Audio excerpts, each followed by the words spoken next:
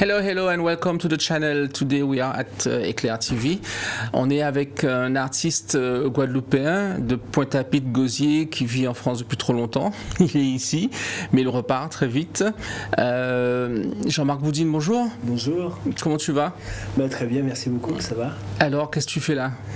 Là, je suis venu voir comment ça se passe au pays, dans l'idée de revenir travailler au pays, quoi. C'est ça. Tu es né à Pointe-à-Pitre. Absolument. Alors, on se connaît un petit peu, pas beaucoup, parce que j'ai essayé de te faire venir plusieurs fois dans le cadre de Pool Art Fair, et finalement, j'ai pu réussir à exposer tes œuvres en Martinique, et je ne suis pas encore arrivé en Guadeloupe. Ça va venir. Mais tu es là. Je suis là. Donc, je pense être là de plus en plus. Né à Pointe-à-Pitre? À Pointe-à-Pitre, oui. Grandi entre Pointe-à-Pitre et Gosier? Absolument. Et comment tu es arrivé comment tu t'es retrouvé à être en CAP menuiserie? Parce que j'avais un fort attrait au bois, à l'art, et puis pour moi ça coulait de source. Mais le bois, tu le prenais où? Le bois, je le prenais dans la rue, partout où je passais, je piquais un petit peu partout, dans les usines, dans les chantiers, voilà. Et tu fabriquais des trucs? Voilà, absolument. Mais Jean, on parle, t'as quoi? T'as 13 ans, t'as 12 ans, t'as 14 ans? Ouais, 12, 13, 14, même petit. Vraiment, à l'âge de 10 ans, je commençais à toucher un petit peu à l'art, entre guillemets, parce que c'était vraiment des petites fabrications. Mais généralement, les fabrications, moi je me rappelle quand j'étais petit, je fabriquais des poulaillers avec mon copain Jean-Luc. Et c'est là que j'ai vu mes premiers marteaux, comment est-ce qu'on prenait des clous, tu sais, tu tords les clous pour en faire des U. Et, mais toi, avec qui t'as fait ça? Seul. Tout seul? Seul, ouais, j'étais... T'as pris le marteau où? Moi j'aime bien les détails, tu vois, comme ça on essaie de comprendre... Les marteaux, je les trouvais dans les outils de mes frères, sans doute. T'as combien de frères? 2 frères. 2 frères. Plus grands? 3 sœurs. Plus grands. J'ai 2 petites sœurs et une grande sœur. Donc 6 en tout, quoi? 6, ouais. C'est pas mal? Ouais, c'est pas mal, ouais. Et du coup, qui c'est qui est ici, qui c'est qui est là-bas? J'ai une petite sœur qui est là-bas, Natacha, qui est là-bas, qui travaille là-bas. Elle pense revenir aussi d'ailleurs. Et tout. Le reste du clan est ici? Et voilà, absolument. Et donc tu commences à travailler le bois et à clouer, à visser, à fabriquer des choses. Absolument. Et donc tu me disais qu'une de tes plus importantes réalisations avant de rentrer et de partir en France, c'était un U de skateboard. Halfpipe, ouais, comment tu dis? Halfpipe. Donc c'était à l'époque des riders de Pointe-à-Pitre, des skateurs, des big crossers, tout ça. On est en 92. On est avant 92. Donc il y avait un besoin justement d'éléments pour faire du skate ou faire du vélo. Donc j'avais ça en mission, quoi. Donc je les faisais pour les gars. Mais en plus d'avoir la faculté manuelle de fabriquer tout ça, il y a une certaine organisation. Parce que les planches, il faut aller les chercher, il faut les incurver, il faut qu'elles tombent bien. Ouais, bien sûr. Et comment tu faisais ça? Les planches, on prenait ce qu'on avait. On allait souvent à Jarry, dans les entrepôts, on passait à travers les clôtures, on piquait un petit peu. Ah bon? Il faut le dire, carrément. et puis on ramenait ça à l'Oresisque pour pouvoir monter les sculptures, quoi. Et donc tu fais ça pendant que tu es en CAP menuiserie ou tu rentres en CAP après? Après. Ça a duré longtemps, cette histoire-là. Ça a duré longtemps. Et du coup, c'est quelque chose d'assez naturel en fait pour toi? Oui, j'ai ça en moi, vraiment la construction, le bois. Le bois, le côté utile aussi des choses. Que ça serve aussi beaucoup aux gens. Ouais. C'est ça. Et donc, ton CAP, et tu pars en France, et là tu vas travailler tout de suite, ou tu continues ta formation, ou comment tu fais? En fait, arrivant en France, j'entends parler par le biais d'un de mes amis, des compagnons. Des compagnons du devoir, donc je décide d'intégrer la maison, quoi. Mais t'as 18, t'as 19? J'ai 18 ans, ouais. J'arrive en 92. Et donc du coup, je trouve un apprentissage. Je fais un petit peu le tour je deviens aspirant 3e année, juste avant d'être compagnon. Et là, je décide d'arrêter puisqu'il fallait être un petit peu trop... c'était un petit peu dur quand même, un peu difficile, un petit peu comme l'armée, un petit peu. Donc ça commençait à me porter un petit peu et j'ai décidé d'arrêter. C'est une différence culturelle. Vous avez en commun le bois, mais c'est tout, quelque part. Parce que c'est quoi? C'est des Antillais, c'est des métros, c'est des gens du Nord, du Sud, c'est... Non, c'est là des gens du terroir, on va dire, des Français. Mais là, on est à Paris, voilà. On est dans quelle ville? On est dans toutes les villes, un petit peu de France. Donc je fais un peu le tour. Je côtoie pas mal de belles choses. Hein. Je vais vraiment dans la France profonde, vraiment. Donc, en tout cas, je leur dis merci pour ça. Mais peu de Guadeloupéens. Peu de Guadeloupéens, ouais. Très. Des Africains? Encore moins. Donc c'est le seul noir? La plupart du temps. Est-ce que c'est quelque chose qui compte dans ta vie de tous les jours à ce moment-là? Est-ce que tu t'en rends compte ou est-ce que pour l'instant tu es juste tellement concentré sur ton travail Non, c'est un tout en fait. Même étant le seul noir, j'ai jamais eu de problème de...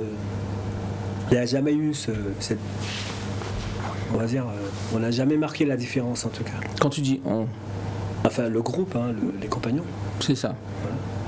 Il a toujours été bien reçu, bien vu. Le respect a toujours été là. Voilà. J'ai jamais subi d'esclavage.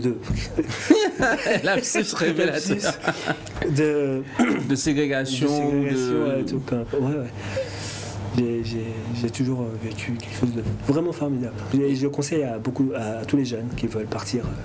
Qui veulent faire ça, qui veulent faire un métier, qui veut exceller dans un métier, d'aller chez les compagnons, c'est en tout cas jusqu'à la discipline. C'est la discipline. Ouais. Et qu'est-ce qui s'est passé? Parce que t'as pas l'air de quelqu'un de pas discipliné. Non, c'est pas une question de ça, c'est une question de... Ou est-ce que tu es discipliné maintenant alors que tu... Non, j'ai toujours été discipliné, c'est pas la... Non, c'est juste que... en fait... tu sais, quand tu es artiste en toi, on te demande d'être quelqu'un d'autre, donc c'est pour ça. C'est-à-dire que tu étais déjà artiste? J'ai toujours été. Mais tu créais pas d'œuvres d'art vraiment? Si, j'étais toujours... Donc c'était pas vraiment apprécié, parce que j'étais chez les compagnons, je créais pour moi et je travaillais aussi. Voilà, donc il y a une notion à un moment où chez les compagnons et l'ensemble du monde, je dirais, qu'est-ce qu'on peut dire, de l'ébénisterie ou de la menuiserie? Par contre, de la charpente? J'étais en couverture. T'étais en charpente alors? Couverture. Seulement la couverture. La charpente, j'en ai fait aussi ici un petit peu, mais chez les compagnons, vraiment, le métier le couvreur, il est vraiment couvreur, il n'est pas charpentier. C'est ça. Donc tu es en couverture, et là, tu es face à une sorte de monde qui t'apprend beaucoup de choses, absolument, qui t'intègre, qui t'aide à grandir, mais qui en même temps te limite parce que eux ils sont pas artistes. C'est ça. Et donc eux ils sont dans une façon de faire qui est aussi une façon de voir. C'est aussi une façon de voir. Et c'est là où en fait ça casse et tu t'arrêtes, tu pars. Voilà, c'est pour ça. Mais quand tu dis que tu étais toujours artiste, à quoi ressemblent tes œuvres d'art à ce moment-là? Parce que moi tout ce que j'ai c'est date pas de 92 quoi. Enfin, j'ai pas beaucoup d'images de ça. Mes œuvres d'art enfin avec ce que j'avais sous les mains. Je travaillais beaucoup le zinc, le cuivre, l'ardoise, donc je faisais des œuvres avec... Mais quel genre d'œuvres? Des statues, des portraits, quoi? Des statues, pour la plupart. Plutôt abstraites? Soudées, du chiffrage aussi, pas mal. C'est quoi du chiffrage? Du lettrage, pardon, plutôt. Soudées à l'étain, voilà. Des œuvres en métal, en ardoise. Voilà. Moi, j'ai le sentiment que ton travail te ressemble beaucoup. Et donc il y a plusieurs, quand on va sur ton Instagram, il y a plusieurs photos de tes œuvres, mais il y a aussi pas mal de photos de toi, de mise en scène. Il y en a une en particulier qui a retenu mon attention. C'est une où en fait tu as cette œuvre qui a la bouche grande ouverte, et toi aussi tu cries juste à côté, juste à côté d'elle. Elle est à l'écran. Ouais. C'est où ça? Et Donc c'est quand? là, c'est à la maison, à l'atelier, En France. en France, ouais. Mhm. Donc, Et c'est quand? cette œuvre-là, elle date d'il y a peut-être 5 ans, 4 Et la photo ans. aussi. Voilà, ouais. Ouais. c'est ça. Et donc, du coup, tu as une série d'œuvres comme ça où il y a beaucoup moi j'appelle de souffrance. Parce qu'elles ont souvent la bouche ouverte avec les dents, ou comme une œuvre comme celle-là où on voit l'espèce de, je ne vais pas dire de bêtises, mais si tu veux, la noirceur ici, elle est exprimée un peu de façon un peu sombre, pas de façon ethnique ou raciale. C'est-à-dire qu'on n'a pas l'impression que c'est la couleur de la peau, mais que c'est juste la couleur du noir en soi. Et le fait que le visage soit cassé comme ça, et d'autres œuvres ont cette espèce de souffrance. Est-ce que tu me disais dans la voiture que tu te reconnais pas dans Non, ça? En fait, c'est souvent par rapport à l'état du monde, quoi. Par rapport à l'état, la santé mentale de ce que je ressens du monde. C'est pas une souffrance personnelle, c'est juste un état de fait, quoi. Mais quand tu dis le monde, tu parles du monde en général? En général, ouais, ou tout du à fait. monde où tu parles de la Guadeloupe. Ici, par exemple, on voit un visage. Cette série-là, Qu'est-ce que c'est? Qu'est-ce qu'on regarde ici? là, là, pour le coup, c'est une série. Donc, je l'ai créée par rapport à. C'était à l'époque des violences policières où il y avait trop d'exactions. Donc en fait là c'est un flic. Je l'appelle le flic avec la tête de couille, tu vois. C'est à la place des cheveux, c'est des testicules qui. Ah, on voit pas bien sur la photo. On ne voit pas trop bien Oui. sur la photo. Et ce qui l'entoure, c'est quoi? C'est son uniforme ou Ouais, c'est comment? c'est son uniforme. Il a son gilet, il a des armes, il a des balles un petit peu partout sur lui, quoi. On ne voit pas trop bien. Et Ouais. il manque aussi 2 bouteilles, parce que 2 bouteilles d'alcool, parce que c'est la réputation qu'on avait à l'époque des flics, quoi. Et c'est une œuvre qui mesure combien ici? On n'a pas tout. On a là, elle mesure à peu près 1 mètre de haut. C'est ça. 1 mètre de haut. Est-ce que c'est une œuvre que tu as faite comme ça dans ton atelier ou tu l'as exposée? J'ai exposé. Où j'ai ça? exposé, j'ai exposé dans une galerie Eiffel, je crois, à Paris. Et j'ai aussi exposé à la Sauvage en face de Pompidou. Ah, Voilà. c'est-à-dire que tu l'as mise là Ouais, je l'ai sur mise là. le J'avais parvis? une série d'œuvres que je les appelle en fait, je les appelle récurrence. C'est du fait que c'est des on parlait de souffrance, c'est de la souffrance qu'on a tous les jours. Donc les souffrances de la vie, à la consommation, il y a quoi encore, les souffrances de la métropole en soi. De la métropole. Alors, ce que j'essaye de comprendre, parce que pour moi, ton travail exprime beaucoup la négritude. Aussi, ouais. Ou là, par exemple, quand et en même temps, tu te mets beaucoup en scène. Sur l'Instagram, je n'ai pas pris toutes les photos. Mhm. Mais dans ton discours, on ne sait pas si c'est de ça que tu parles. Par exemple, tu dis les violences policières. Mais tu dis pas les violences policières contre les Noirs. Tu dis la souffrance en métropole. Mais tu dis pas la souffrance d'être, par exemple, est-ce que c'est la souffrance d'être guadeloupéen en métropole ou par exemple une œuvre comme celle-là, tu vois? Une fois de plus, tu vois, ton noir n'est pas un noir épidermique, si tu veux. C'est un noir qui, on ne sait pas on ne sait pas exactement si c'est noir parce que cette personne est noire ou c'est noir parce que que tu l'as peint en noir. On suppose, mais est-ce que parce qu'il y en a qui sont bleus, il y en a qui sont rouges de la même série d'ici, d'autres vertes aussi, mais quand on se pose la question de la couleur, on peut se dire mais en même temps elles sont soit noires, soit de couleur.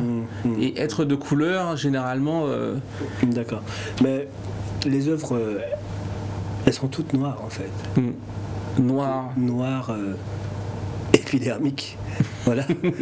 Elles sont noires. De race noire. De race noire. Est-ce qu'on peut dire de race noire?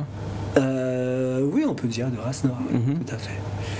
Elles sont noires parce que c'est souvent une autobiographie, voilà. Un autoportrait en fait de moi-même. Et voilà, c'est des moments T. Ici, qu'est-ce qui se passe par exemple, si on peut demander? Là, non, par rapport pour cette œuvre-là, c'est tiré d'un livre. Enfin, c'est un ami qui m'a demandé de justement créer pour lui par rapport à ce qu'il a écrit. Donc, c'est un roman qu'il a écrit et puis il m'a dit de voir à quoi ça pourrait ressembler à un personnage. Mais c'est quoi le roman? Est-ce que tu te souviens? Le roman, il n'est pas sorti, il va sortir bientôt. Ah, d'accord. Voilà, il n'est pas sorti. Et ces personnages, alors, c'est quoi? En fait, l'idée, c'est 3 jeunes d'une cité, on va dire, la banlieue parisienne, qui ont du mal à trouver du travail, qui se demandent quoi faire. Ils sont noirs et ils n'ont pas plus que ça de solutions. Ils sont dans la cité, ils traînent et ils viennent à se dire, tiens, pour être comme tout le monde, enfin comme ceux qui travaillent, pourquoi pas se râper la peau. Se râper la peau. Se râper la peau pour devenir blanc d'un coup, quoi. S'enlever la couleur noire. Donc lui là, c'est Bakary. Bakary, il se râpe la peau, il essaie de s'enlever un petit peu la couleur. Il en souffre pas mal. Oui. Et on a ce portrait un petit peu abstrait, on voit que la bouche et les dents, où le reste du coup du visage devient un peu abstrait. Je ne sais pas si on l'a tout de suite. C'est une œuvre qu'il faut regarder de... Ah oui, ok. On va la voir, je pense, à l'écran. C'est une œuvre numérique ou c'est comme... Numérique, oui, tout à fait. Et est-ce qu'il y a aussi une sorte de façon d'effacer la couleur de peau, ou comment? Est-ce qu'on peut dire ça? En fait, en fait, ça, le fait de ne pas mettre de visage franchement sur une œuvre, c'est parce que c'est pour la rendre impersonnelle, quoi. C'est pour la rendre plus universelle, plus qu'elle ressemble à tous. Parce que si je fais un visage, elle serait plus... Ouais, c'est ça. Voilà. J'ai aussi cette idée de Soukounian, des contes qu'on écoutait quand on était petit. Donc ça revient fréquemment. J'ai aussi... Mais ces histoires sont des histoires de peur aussi, un peu. Ouais, de peur. Et donc le fait de ne pas avoir, de garder le cri, parce que quelque part tu gardes le cri. Le cri toujours, ouais. Mais tu essaies quand même de te fondre dans la masse. Est-ce que c'est une façon, quand tu dis que s'il n'y a pas de visage, donc on est impersonnel, donc on est comme tout le monde, mais en même temps, est-ce qu'on ne s'efface pas quand on est comme tout le monde? Quand on est comme tout le monde, est-ce qu'on s'efface?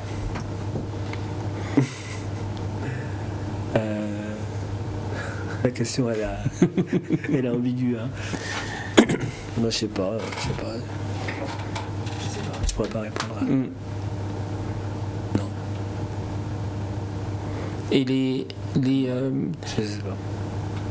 Les autres œuvres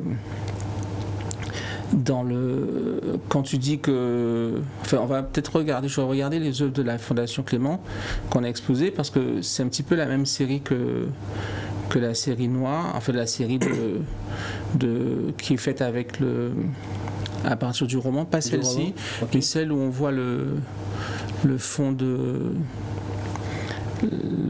la je sais pas, voilà, celle-ci. Donc ça, c'est la même série que celle qu'on vient de regarder, hein, le personnage noir tiré oui, du roman. Il y en a une, celle du milieu, ouais. Elle en fait partie, et puis je crois qu'il y en a une un petit peu plus loin. Il n'y en a que 2. Après, il y a une autre série de femmes rondes un petit peu. Oui, ça on va y revenir. Mais quand pour parler un peu de comment toi ça se passe, parce que tu pars en France à 18 ans, et là tu cherches à revenir, et il s'est passé 30 ans quoi en fait. 30 ans. Ouais. Et comment est-ce qu'on reste 30 ans là-bas alors qu'on a, comme tu dis toi-même, on a ces souvenirs des Soukounians, qu'on a ce besoin un peu de continuer à exister. Tu parles aussi que, au bout du compte, c'est un peu des autoportraits que tu fais. Tu parles de tes peurs. Comment ça se passe? Comment on reste autant là-bas? On reste parce qu'il faut se créer une stabilité, il faut être... Enfin, quand on construit, quand on a une maison aussi, on n'a pas... On se dit pas tiens, je vais partir aussi facilement, je vais revenir aussi facilement. Donc on reste par dépit quoi. Voilà. Est-ce que tu as l'impression qu'au bout du compte, tu pars pour quelque chose à 18 ans et tu te retrouves un peu pris dans la vie, quoi, dans l'engrenage de la vie? Oui, totalement. C'est ça. On se retrouve un petit peu pris, oui, totalement. Mais grâce à ta formation, tu as du travail, tu n'es pas en galère, quoi. C'est ça, je ne suis pas en galère de boulot ou quoi que ce soit. Donc, et tes œuvres, tu les exposes comment? Qui les comprend? Beaucoup de monde les comprend. C'est des œuvres qui parlent d'elles-mêmes, parce qu'elles dégagent beaucoup de choses fortes, hein, d'émotions. Et voilà, c'est souvent, on dit souvent que elles font peur. On te dit ça, non? Ouais, qu'elles font peur, souvent. Qu'elles dégagent trop de choses vraies. Mais est-ce que tu es d'accord? Ouais, parce que je l'ai fait pour ça. Ah, tu les fais pour qu'elles fassent peur? Non, pas pour qu'elles fassent peur. Tu les fais parce que, du coup, parce qu'elles expriment aussi tes propres peurs à toi? Pas mes propres peurs, mais elles relatent d'histoires qui sont là, où elles peuvent ouvrir aussi d'autres prismes. On peut penser, on peut créer d'autres histoires à travers elles, quoi, pour la plupart. Donc l'émotion, c'est pour moi la base de l'œuvre en fait. Pas son corps, mais ce qu'elle apporte, ce qu'elle est en elle-même. C'est pour moi le plus important. Ici, est-ce que c'est un autoportrait? Je n'étais pas sûr. C'est un autoportrait, oui, totalement. Et là, on te voit juste à côté. C'est ça. Et donc, moi, ma question, particulièrement dans ton travail, c'est cette relation. Enfin, moi, par exemple, on m'a toujours dit qu'on ne me retrouve pas, moi, dans mes œuvres. C'est-à-dire que quand on me connaît, on a l'impression que c'est pas moi qui ai fait ça, quoi, quelque part, tu vois. Alors que toi, j'ai l'impression qu'on te voit vraiment dans ton travail. On te voit par rapport à la couleur. Tu vois, il y a plusieurs façons d'être antillais.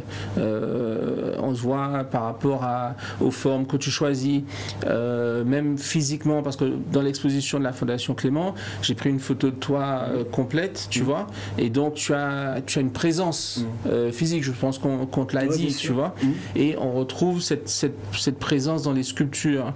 Qu'est-ce qui se passe dans cet autoportrait sur fond vert? En fait, ça fait partie d'une série récurrence.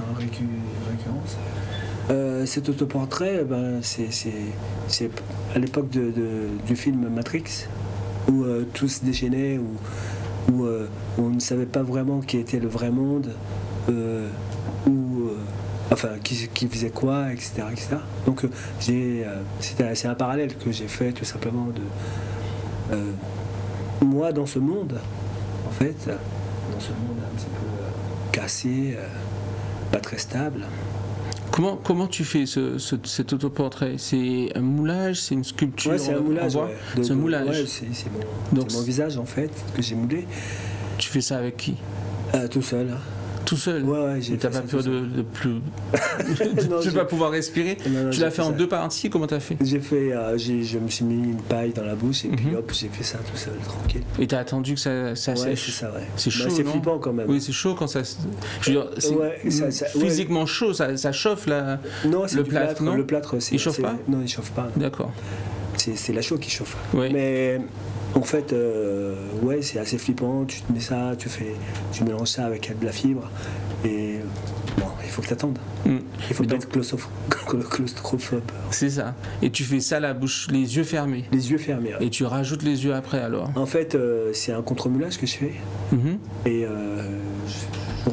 je recrée en pâte à modeler C'est ça. et je fais les yeux, je fais tout ce que je veux. Et l'exemplaire village. final est en plâtre, celui oui, qu'on oui. voit là. Ouais, ouais. D'accord. Non, c'est un plomb. Hein? C'est du plomb. Plomb. Donc c'est t'as une seule unité alors, t'as Ouais, j'ai un modèle unique. J'ai un modèle unique. Enfin, j'ai le moule, Oui. voilà, que j'ai en plâtre. Et donc je refais un moule, un contre-moule en pâte à modeler. Et avec lequel je refais des moules de différentes voilà, formes. Et je coule en plomb. C'est ça. Je coule en plomb. Et là, est-ce que la référence à Matrix, c'était une référence un peu instinctive comme ça, non? C'est-à-dire que tu as vu ce film qui t'a imprégné Ouais. par rapport à ces idées de quelle est la réalité, C'est ça, quelle est la réalité perçue, etc.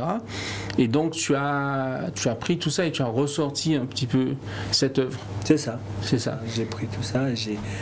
Enfin, ouais, ça me paraît évident.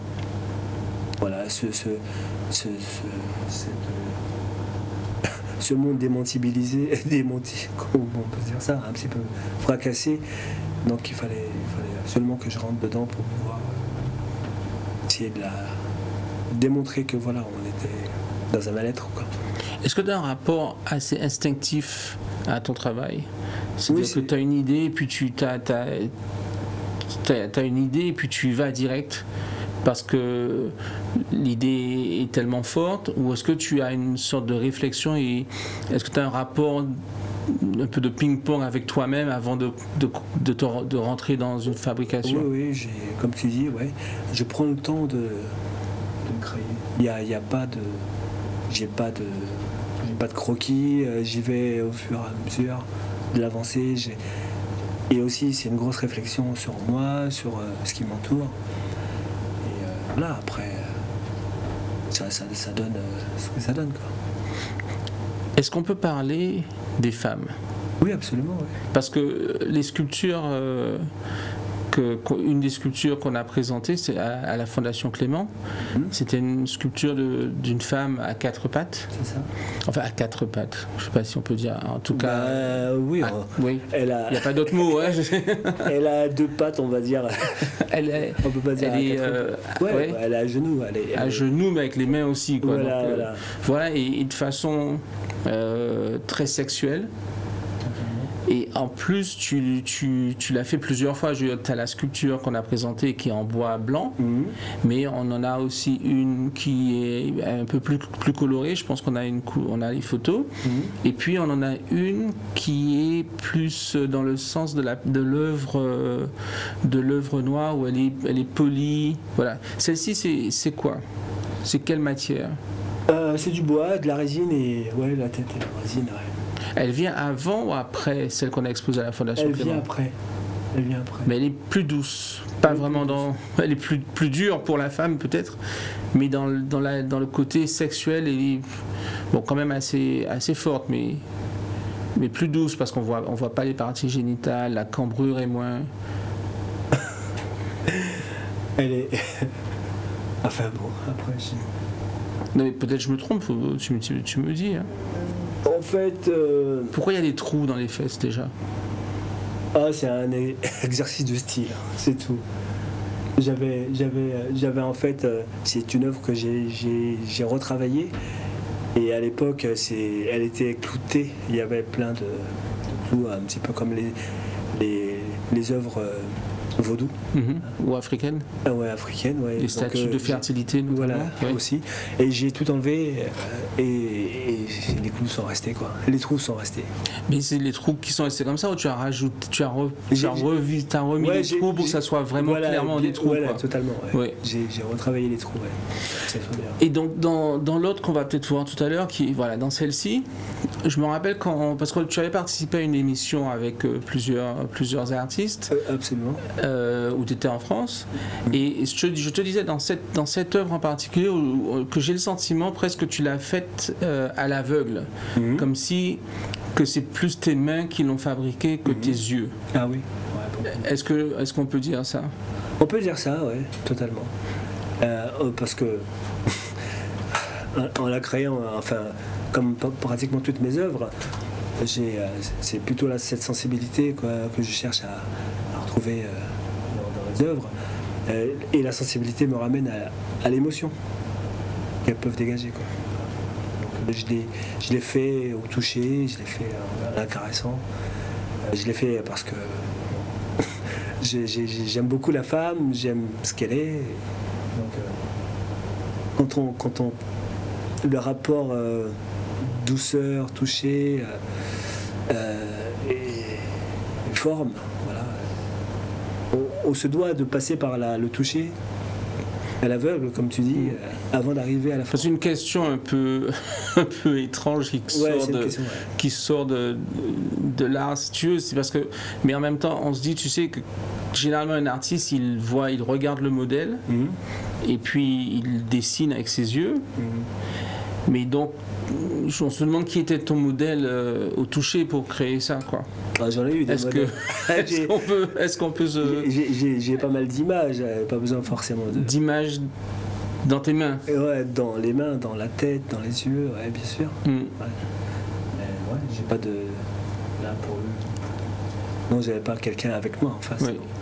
Mais du coup, parce qu'une œuvre comme ça, et l'ensemble de tes œuvres en réalité, parce que même celles qui ne sont pas sexuelles sont quand même arrondies, mais il y a de la sensibilité, il y a de la sensualité, mais il y a aussi une sexualité presque nue, quoi. Parce qu'une œuvre ici, par exemple, là, les parties génitales sont clairement montrées.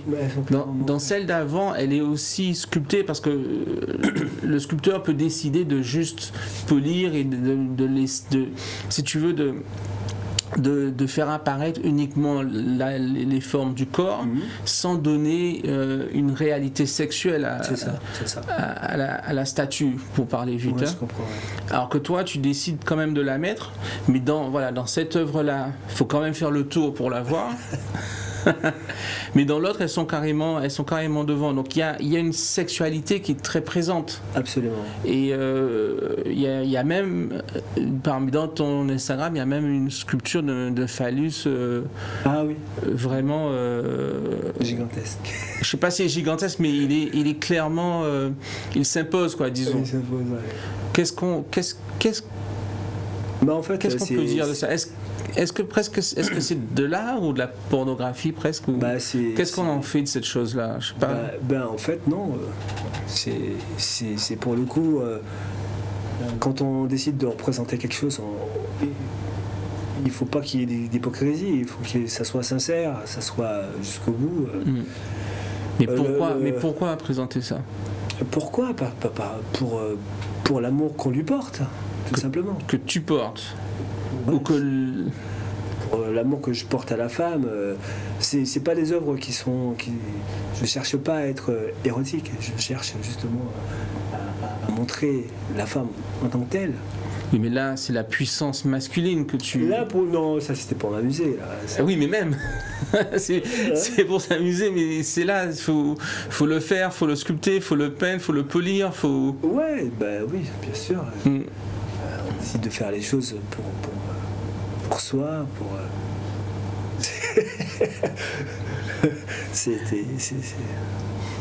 Alors moi j'avais fait une œuvre comme ça, c'est une sorte de grand phallus, c'était une œuvre de 2,50 m sur 1 mètre, c'est une toile.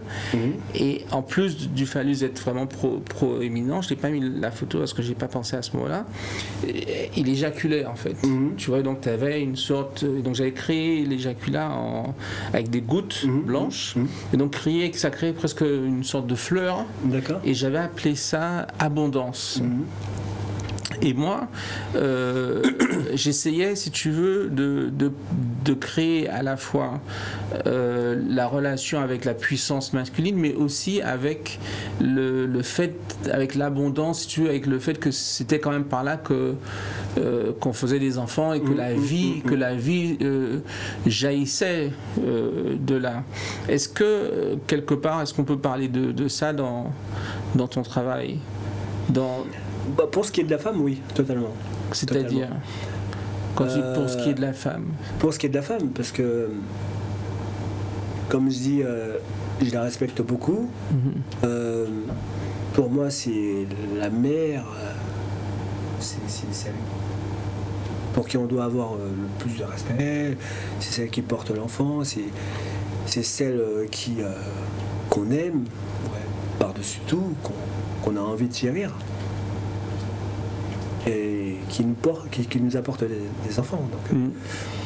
Donc voilà, c'est... Est-ce que quelque part c'est une façon de montrer tu envoies une de tes sculptures de femmes. Est-ce que c'est une façon de dire qu'au-delà de la sexualité, il y a une sorte d'hommage ou... Oui, c'est totalement un hommage. Il n'y a rien de sexuel en fait. Enfin, il n'y a rien de pornographique, du moins. Il n'y a rien de pornographique. C'est le corps. Comment? Il faudrait être dans mon esprit pour savoir à quoi je pense. Mais vraiment. C'est-à-dire que ce que tu dis, c'est que dans le désir, fût-il charnel, il n'y a pas de côté malsain, quoi, quelque part. Non, il n'y a pas de côté malsain. C'est ça. J'ai fait, quand j'ai exposé ton travail à la Fondation, j'ai fait une sorte d'installation en miroir avec l'œuvre de notre artiste, on voit l'installation ici. Donc sur la droite, c'est toi, une photo de toi avec la sculpture en question, il a une peinture très très forte d'ailleurs. Et sur la gauche, c'est un autre artiste qui vit ici, qui est François Piquet, que tu as rencontré. Est-ce que tu le connaissais pas avant? Non, je le connaissais pas. Donc tu l'as rencontré cette fois-ci? Oui, j'ai rencontré, oui. J'ai rencontré à Paris aussi. Avant de venir? Oui, juste avant. Mais après l'expo de la Fondation? Après l'expo. Oui. Et donc il y a son œuvre ici. Ouais. Alors, on dit que des gens disent non, ça n'a rien à voir, et puis d'autres qui disent quand même on voit la relation. Qu'est-ce que tu dis? Moi, ce que j'en dis, c'est que sur la forme, elles sont pratiquement, elles tiennent un petit peu les mêmes positions. Sur le fond, elles ne racontent pas les mêmes histoires. Là, on parle peut-être plus d'aliens, alors que pour l'autre, plus de féminité, de femme. Moi, ce qui m'avait intéressé, c'est que c'est le côté immédiatement formel. Après, on rentre dans les détails, naturellement. Mais formellement, de façon immédiate, pour moi, c'était les mêmes sculptures, plus ou moins formellement. Mais il y en a une qui était blanche, c'était la tienne. Et une qui était noire, c'était la sienne. Alors que lui est blanc et toi est noir. Mais cette œuvre-là, même qu'elle soit blanche, enfin de couleur... Oui, celle-là. On ressent vachement la négritude. Donc ce que tu dis, c'est que même blanche, elle est noire. Elle est noire, totalement. Totalement.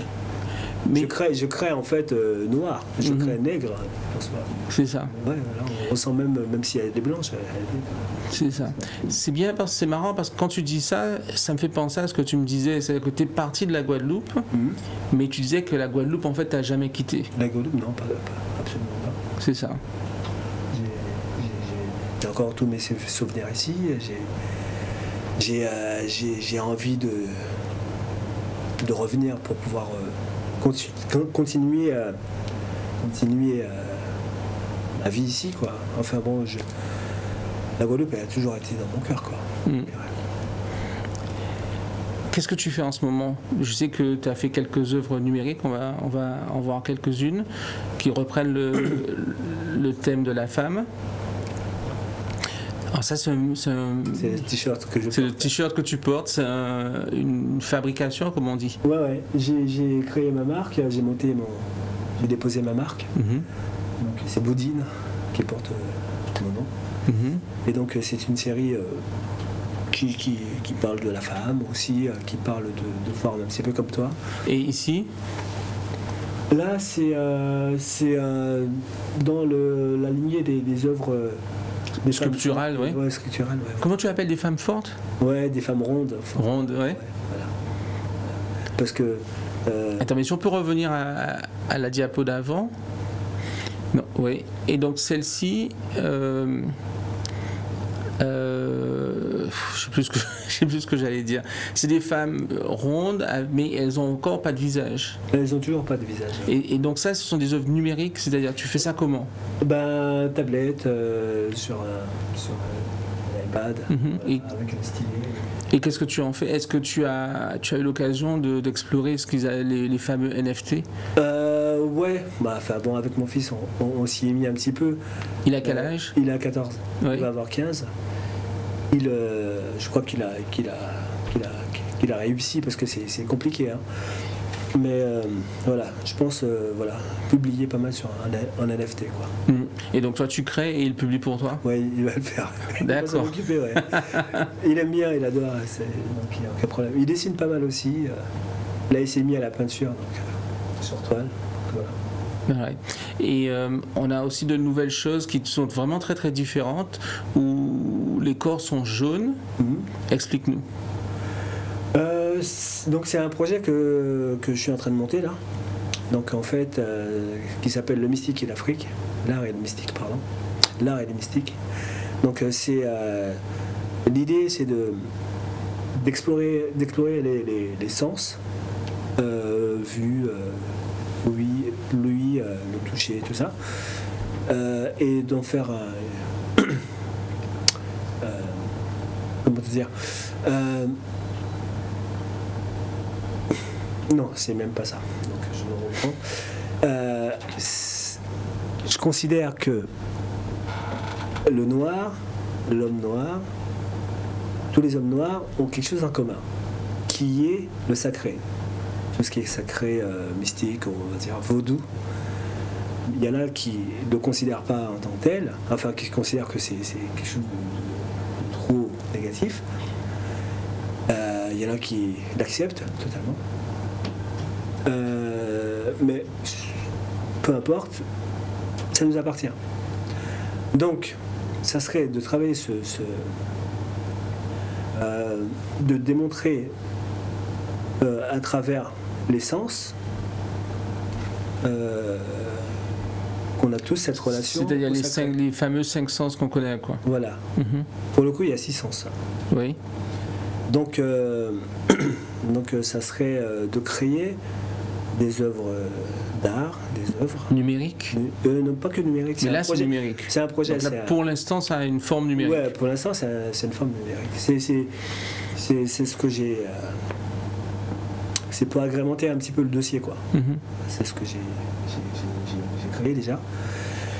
Et donc, c'est de se retrouver nous noirs à travers les sens, en créant à travers. Enfin, oui, pour l'instant, tu es en train de réfléchir à tout ça. Le projet il est pratiquement écrit. Qu'est-ce qui t'a emmené à chercher ça? Ce qui m'emmène à enfin. Je veux dire, parce que